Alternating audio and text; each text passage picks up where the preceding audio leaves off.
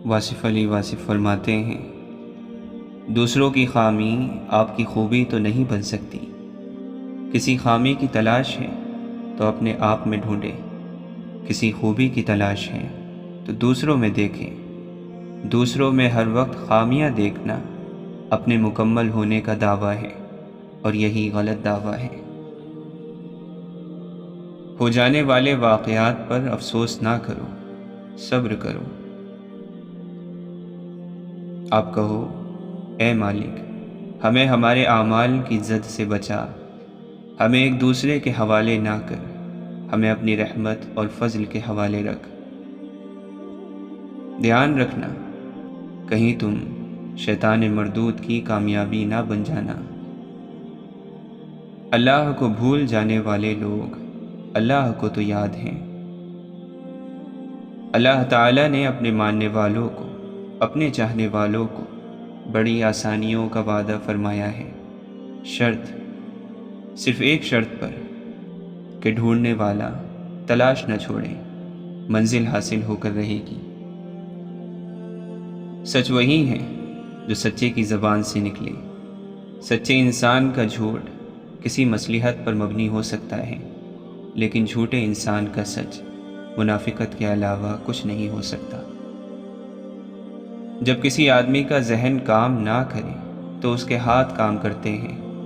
جب ذہن نہ کام کر رہا ہو، ذہن ناکامیاب ہو جائے تو وہ کہتا ہے کہ ہاتھ سے کام لو، اور پھر وہ تھپڑ لگانا شروع کر دیتا ہے۔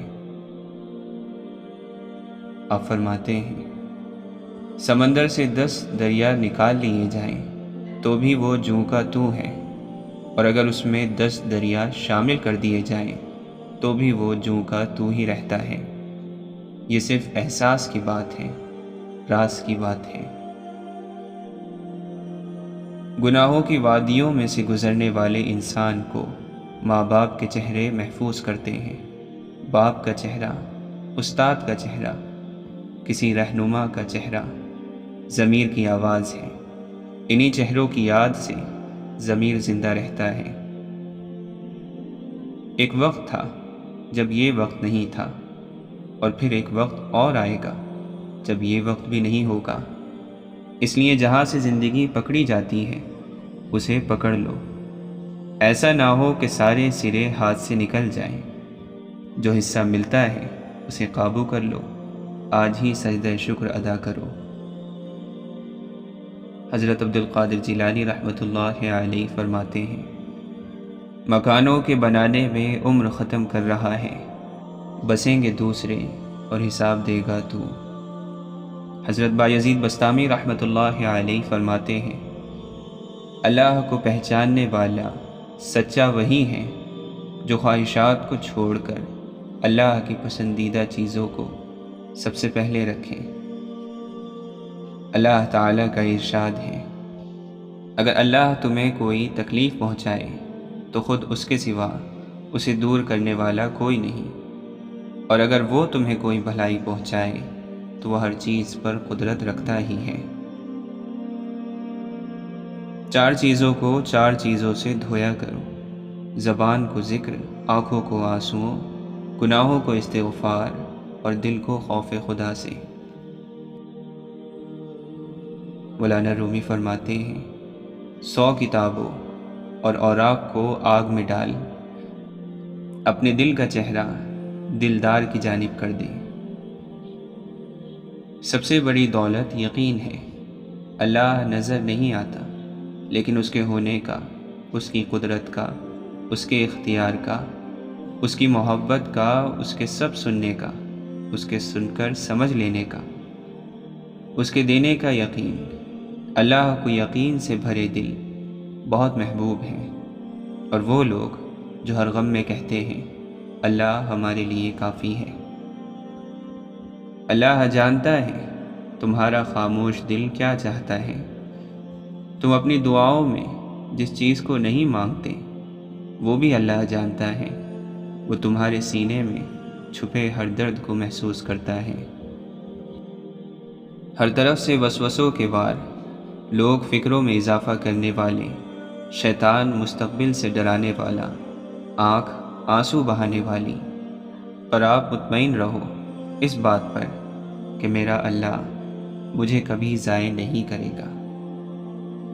ہمیشہ اپنے رب سے پر امید رہو، کیونکہ اس پوری دنیا میں جتنی جلدی رب راضی ہوتا ہے اتنا جلدی کوئی راضی نہیں ہوتا۔ اشفاق احمد فرماتے ہیں، کبھی کبھی باوجود آپ کی لاکھ کوشش کے خدا آپ کے حالات اس لیے نہیں بدلتا کہ وہ آپ کا دل بدلنا چاہتا ہے۔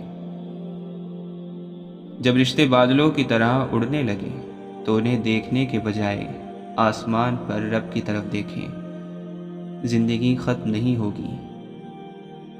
اللہ تعالی جانتا ہے کہ انسان کو ضعیف پیدا کیا گیا۔ دنیا کے رنگین جال میں انسان پھنس جاتا ہے، اور جو لوگ اس سے بچ گئے وہ رحمت کے دائرے میں پناہ پا گئے۔ تقویٰ کیا ہے؟ اللہ کی نظر میں ہونے کا احساس، محبت نفس کی خواہش اور سکون وجود کا نام نہیں۔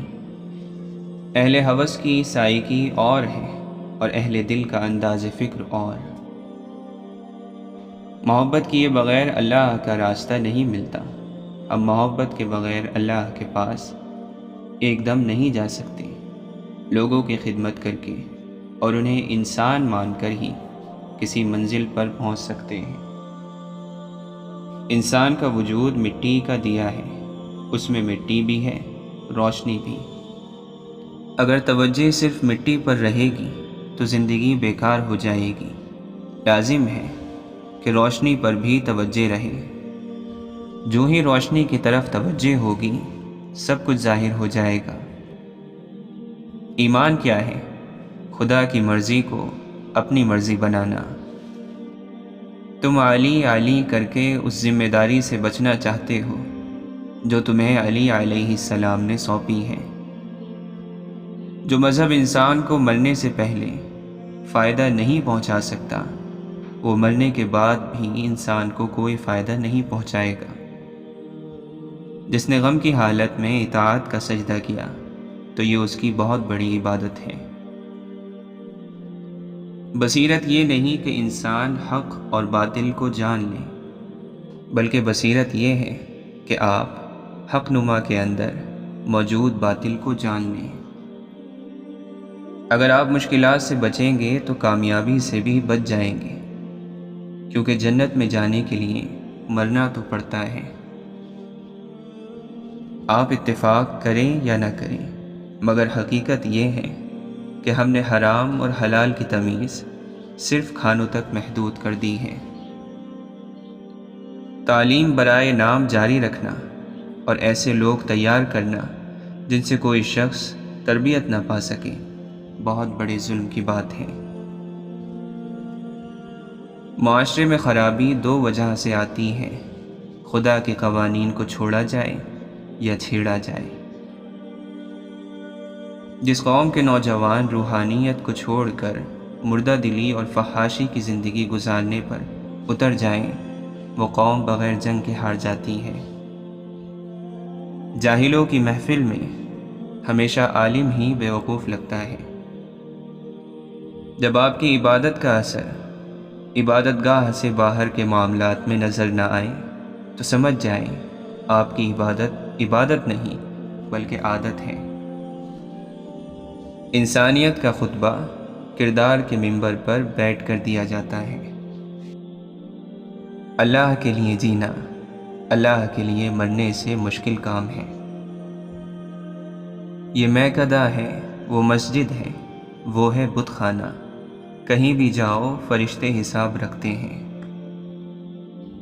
انسانوں کو انسان سمجھ کر ان کے ساتھ معاملات کریں، ان سے فرشتوں جیسی امیدیں وابستہ کر لیں گے تو مایوس ہونا ہی پڑے گا۔ دولت سے انسان کو جو عزت ملتی ہے وہ اس کی نہیں، دولت کی عزت ہوتی ہے۔ جیسے ہی دولت ختم، عزت بھی ختم۔ اگر علم حاصل کرنا چاہتے ہو تو سوال عقل کے دائرے میں اور اختلاف احترام کے دائرے میں کرو۔